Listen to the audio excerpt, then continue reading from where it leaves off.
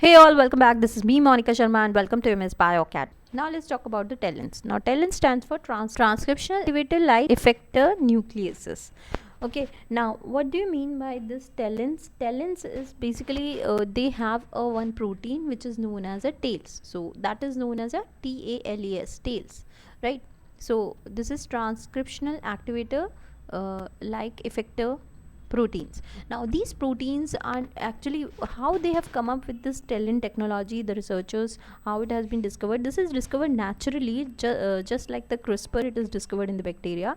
TALENs are also discovered in one of the plant pathogenic bacteria. Okay, plant pathogenic bacteria, the name of that bacteria is the Xanthomonas. So it is Xanthomonas bacteria. Now these Xanthomonas bacteria, what they do is they secrete these certain kind of a protein which are going to edit the genes of their host. Okay, so they are going to edit the gene of the plant cell.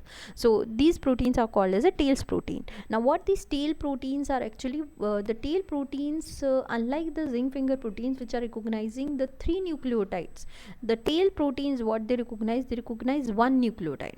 One tail protein will recognize one nucleotide. For example, A is recognized by this one. Then again there will be, let's suppose, T is recognized by the another one.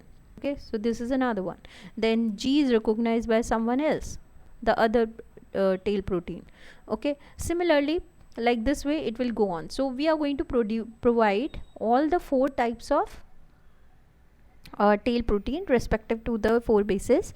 Okay, ATGC, so that we are going to provide, and wherever they will found these bases, they will ligate it and will form this kind of a pattern. Okay, so these are the tails protein, how they get arranged, right? And just next to it there is another, then one more domain. So this is a DNA binding domain. Okay, this is a DNA binding domain. So in TALENs also there is one of the 2 domains are present. One is the DNA binding domain which is formed by the tail proteins and bind to the one individual nucleotide on the DNA, and then there is a second is the cleavage domain. And cleavage domain, what it consists of, it consists of again FOC1, the restriction enzyme, right? So we know the FOC1, similarly in case of a zinc finger, as we have seen, the half of portion will form. Okay, so this is a left TALEN, this is right TALEN, let's suppose. Okay, so these TALEN proteins will come here also, like this way.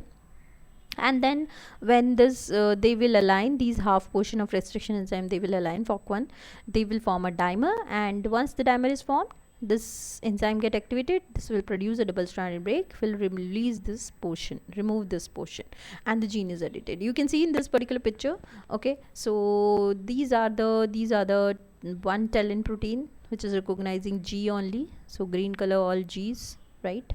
Then there is C is recognized by this particular TALEN protein, right? So this is TALEN protein. Then T is recognized by this TALEN protein. So that is how they will form a dimer. So if we are looking for this particular sequence specificity, and we have provided all these TALENs, okay, so what they will do, they will bind to specific to this sequence only, like this way. And next to it, what we have a FOC1 which is a restriction enzyme, and it is present in the half FOC1 is present. So half FOC1 this side, half FOC1 this side, and when they align themselves, they form a dimer, and this dimer will activate and will start their molecular scissor wala activity, and it is going to chop up this portion. So this is removed from here. Now double stranded break is created. After this, there is a DNA repair mechanism start, right? So that is how the gene will be edited by means of a TALENs, right? So this is clear.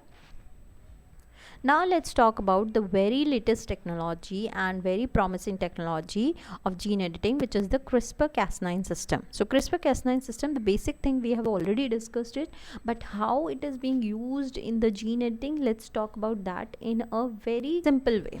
Okay, so what is CRISPR-Cas9? As I've told you, CRISPR-Cas9 consists of 2 things. One is the CRISPR RNA is there. Okay, CRISPR RNA, or you can say one of them is the guide RNA is present, and the Cas9 system, right? So guide RNA basically contain one of the CRISPR sequence and a transactivating RNA, and it is complexed with an enzyme which is the Cas9. So they together will act in doing a gene editing. So how they do? a very simple technique. Okay, so just one Cas9 is present. Thus Cas9 will contain a sequence which is complementary to our targeted sequence. So if this is a targeted sequence, this complementary portion is present, it will come and bind to it. Once it is bound just next to the PAM sequence, this will trigger the Cas enzyme to start its nuclease activity, and then after the nuclease activity, this double stranded break will be produced just next to the PAM sequence. So double stranded break is produced by the Cas9, and then the gene insertion or correction or deletion can be done. So that is how gene editing can be done by the CRISPR-Cas9. So this is a very simple one.